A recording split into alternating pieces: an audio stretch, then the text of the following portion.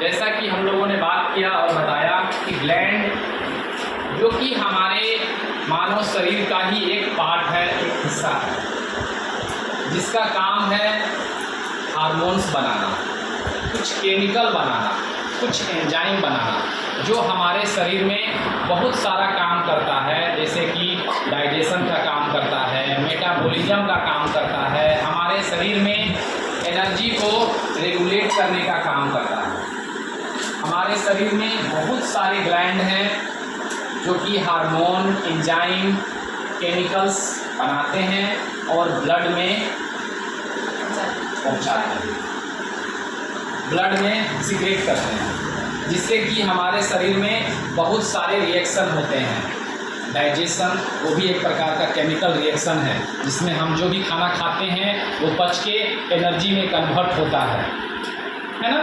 Chemical reaction के बारे में हम लोगों ने यही पढ़ा है कि दो चीज़ आपस में रिएक्ट करके एक तीसरी चीज़ बनती है, जिससे कि फिर दोबारा से वो चीज़ नहीं बनाया जा सकता। इसी को तो बोलते हैं केमिकल रिएक्शन, है कि नहीं। तो ग्लैंड एक प्रकार के हमारे शरीर का एक अंग है, हिस्सा है या ऑर्गन्स है कहेंगे, जो कि हमारे शरीर में कुछ केमिकल्स, कुछ हार्मोन और कुछ एंजाइम्स बनाने का काम करते हैं।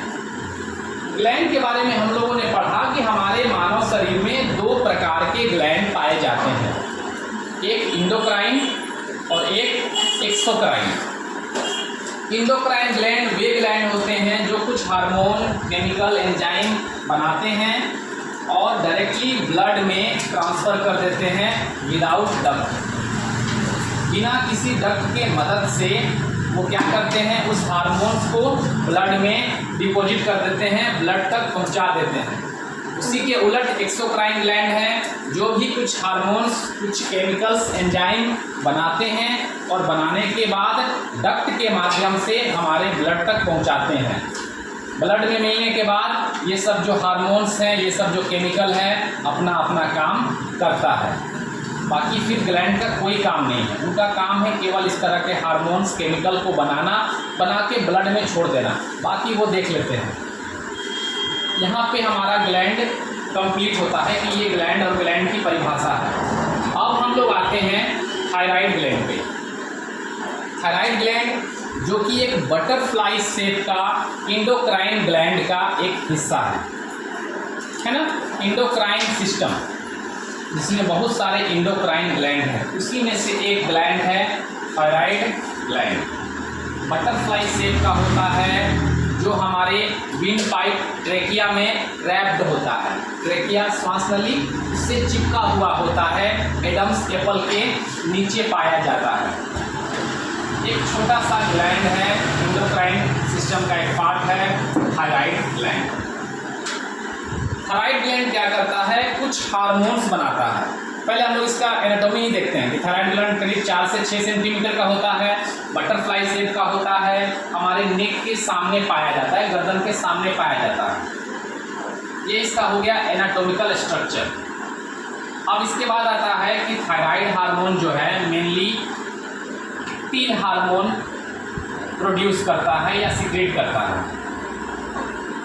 T4 जिसको हम लोग बोलते हैं थायरोक्सिन, T3 थ्राईआइडोथायरोनिन एंड कैल्सीटोनिन।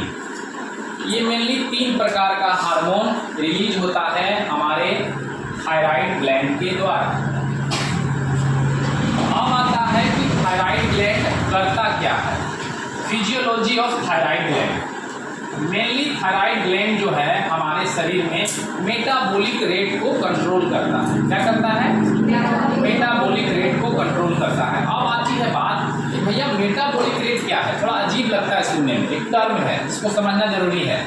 जैसा कि मैंने आपको बताया अभी जस्ट थोड़ा पहले कि मेटाबॉलिज्म का मतलब होता है जो हम हमारे शरीर में खाते हैं, पचने के बाद जो ऊर्जा हमारे शरीर को मिलती है, उस ऊर्जा से हमारा शरीर जीवित रहता है और हमारा शरीर उसको कुछ काम करने के लिए यूज करता है।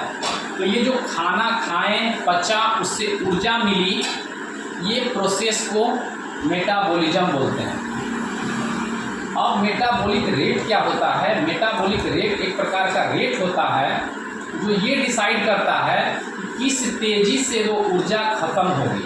और समझ रहे हैं ना, मेटाबॉलिज्म हो गया कि जो हम खाना खाएं वो खाना डाइजेस्ट हुआ, पचा, और उससे हमें जो ऊर्जा मिली वो हमारे जीवन के लिए